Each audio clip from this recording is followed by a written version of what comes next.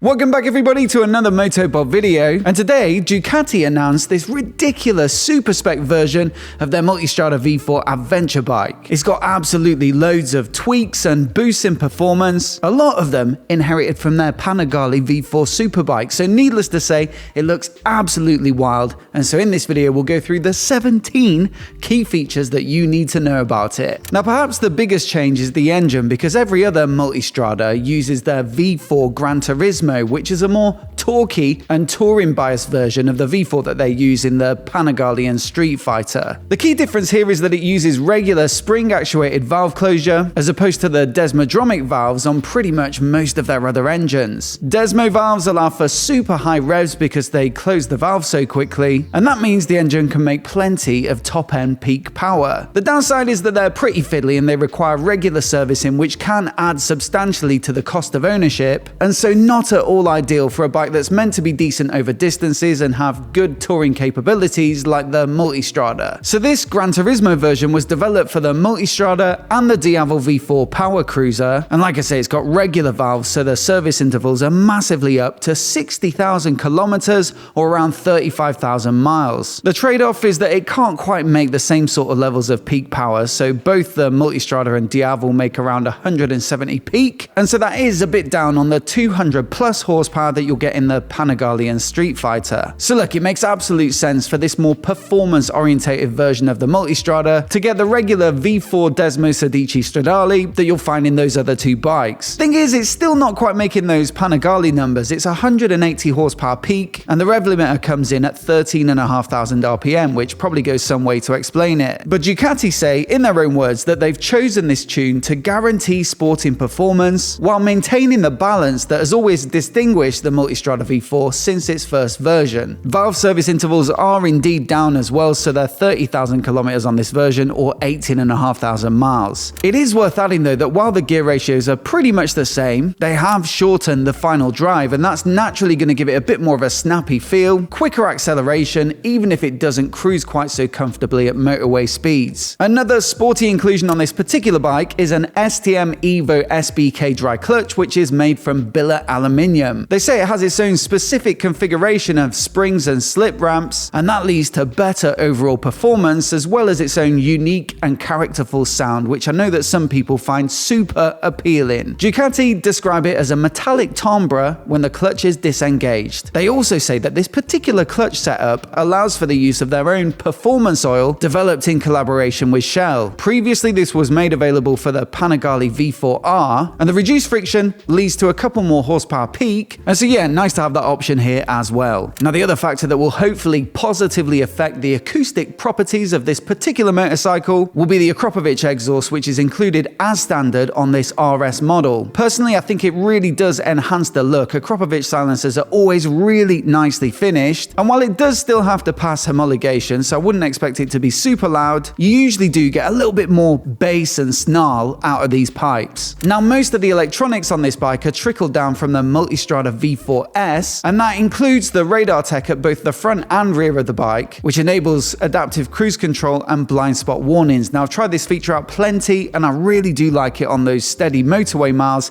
especially when there's plenty of traffic. And although I don't imagine this particular bike will be doing too much of that sort of work, it's still, you know, we'll get onto the price later, but it's a price point where you'd expect the absolute works. On top of that, you've got a Bosch inertial measurement unit that feeds lean data into all the rider aids, and you've got all sorts of goodies to play with. So 4 power modes of full, high, medium and low. Low limits peak power to 114 horsepower, and there's Ducati traction control, Ducati wheelie control, engine brake control and the up and down quick shifter, and a lot of these tie into the standard riding modes calibrated specifically for their use cases of road, sport, touring and urban. Now where the RS does vary from the standard Multistrada V4S is with the graphical presentation on the TFT display. They say it's a lot more similar to the track mode of the Panigale V4 and the Street Fighter V4, and a particular feature that might be of interest is that each of the rider aids, so the traction control, the ABS, the wheelie control, gets a specific icon that will flash when it's being engaged. They say this visual data can be used to optimize your lap times, because effectively when any of the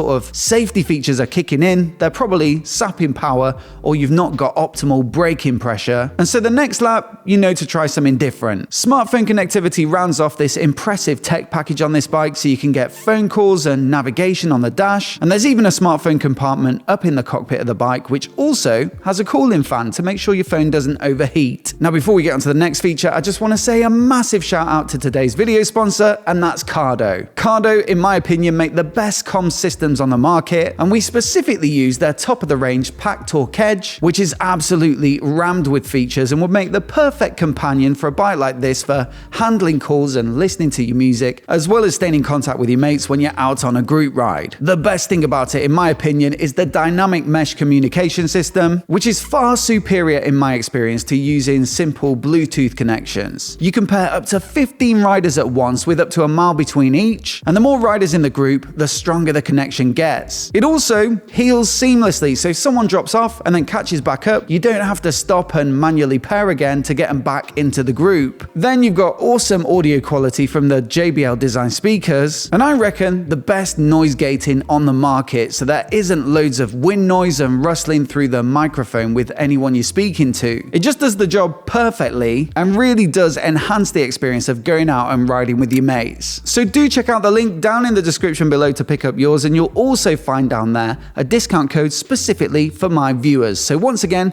a massive thanks to Cardo for their support. Now onto the chassis, and there are a whole bunch of changes here that are going to make it super lively. And I think the big one is that it gets the 17-inch wheels front and rear, just like the Multistrada V4 Pikes Peak, and that's going to lead to far superior road handling than the 19-inch front on the regular Multistradas. It will, of course, sacrifice a little bit of all-round ability and stability and light off-road work, but this is a dedicated track and road weapon with no compromises. Now, the wheels are specifically Marcassini forged aluminium, and they say they're 2.7 kilograms lighter than those of the Multistrada V4S. Shedding weight of the wheel has a dramatic effect on the handling of a bike, with a reduction in unsprung mass helping the suspension to more easily do its job, but also a reduction in rotating mass, meaning changes of direction and acceleration and deceleration can all feel more sprightly. For the tyres, you've got Pirelli's Diablo Rosso 4 Corsas, which are pretty sporty, sticky road tyres, with a 120/70 at the front and a nice wide 190/55 at the rear. So these should be much more suited to the type of riding that this bike is intended for than the Pirelli Scorpion trails of the regular Multistrada. Now with this change comes a revision to the monocoque aluminium frame, with a different head angle to the Multistrada V4S, so you've got 25.75 degrees compared to 24.5. And Ducati say this gives it a trail and wheelbase value that leads to much more sporty handling, and so similar to what they did with the V4 Pikes Peak. Also carried over from that bike, you've got the single-sided swing arm at the rear, and there are no specific claims in the press release with regards to performance or weight, but even from a purely superficial perspective, you've got to say it looks absolutely fantastic from the rear end, and it really does show off those beautiful forged wheels. Also enhancing the look, we've got a little bit of extra carbon bodywork, so the front mudguard, the handguards, the exhaust heat shields, and the front beak, and these definitely add to the more sporty image of the RS. Also, they're going to be one of the factors, combined with a new smaller, lighter battery and a titanium subframe, that lead to a 3 kilogram weight reduction versus the Multistrada V4 Pikes Peak. In terms of suspension, you get the top of the line Olin Smart EC2 electronic system, which has a little in common with the Panigale and the Street Fighter, and it's pretty much the same as the one they deployed already on the Multistrada V4 Pikes Peak. They do say though that it's been recalibrated specifically for this bike to find the best balance between comfort when you're cruising and then providing more support when you're riding quicker. They also say that braking power or hydraulic braking has been increased when the rider selects a higher damping level in the various load modes with luggage and a passenger. So that's also an interesting update, and although the details are fairly brief, it kind of sounds like it adds more braking power to compensate for heavier load on the bike. Braking is also absolutely top spec with Brembo's Stylema monoblock calipers on big 330mm discs, and while that's pretty much much the same hardware as the Multistrada V4S, it does get the more sporty pads of the Panigale V4. That more sporty nature is also reflected in the riding position. They say they've moved the footrest further back and higher up to increase the maximum lean angle, and the bar is rigidly mounted to give it a more direct feel, whereas some of the Multistradas have rubber mounted bars to remove some of the vibes and increase comfort over distance. They've also used a lower, narrower bar with less of a curve, along with softer grips that they say have a sportier design. All of this is wrapped up in a brand new paint scheme which they're calling Iceberg White, and there are also some references to their MotoGP bikes in the graphical elements. I like that they've left some of the carbon bare. It definitely adds to that sort of sporting edge, and I also like the little pops of red on the brake calipers and on those fancy rims. Overall, I think it's one of the best looking Multistradas they've produced, and I even think it slightly edges the Pikes Peak. But look, looks are subjective, so do let me know which one you prefer